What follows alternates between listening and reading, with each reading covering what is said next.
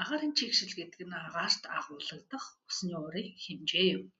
Энэ нь хүний эрүүл мэнд, сэтгэл санаа, ажлын бүтээмж болон хүрээлэн буй орчны амьдралд шууд нөлөөлдөг.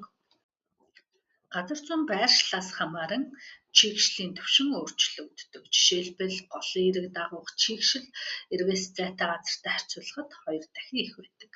Харин бод орон нутагт харьцангуй бага чигшилтэй хур орчин үүсдэг.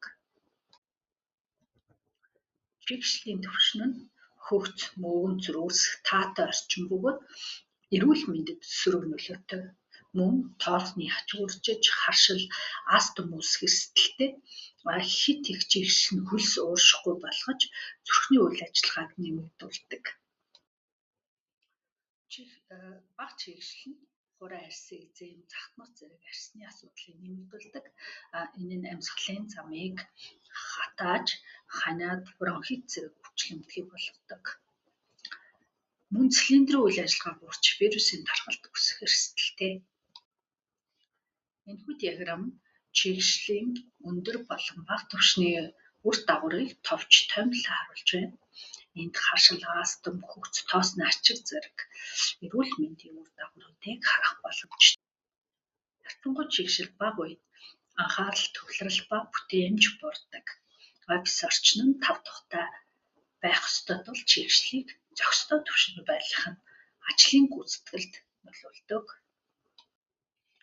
Дэлхийн эрүүл мэндийн байгууллагаас зөвлөж буй идеал чигшил нь 40-60% юм. Энэ нь хүмүүсийн 5 дахь эрүүл мэндийн хувьд хамгийн тохиромжтой. Улаанбаатар хотод ACT Tower дэх хэмжилтээр 52% байсан нь тааламжтай түвшин гэсэн зүйлт юм.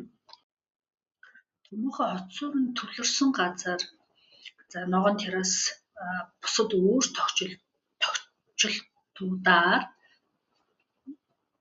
хавцыг бол нэмэгдүүлж байна. Мөн эко өрөө бүхий ханы зургуудаар дамжуулан хүмүүсийн ухамсарыг дээшлүүлэх, нийгмийн хариуцлагыг нэмэгдүүлэх зорилготой байна. Чигшлийг 40-60% хооронд тогтвортой байлгахын тулд чигшүүлэгч ашиглахыг зөвлөж байна.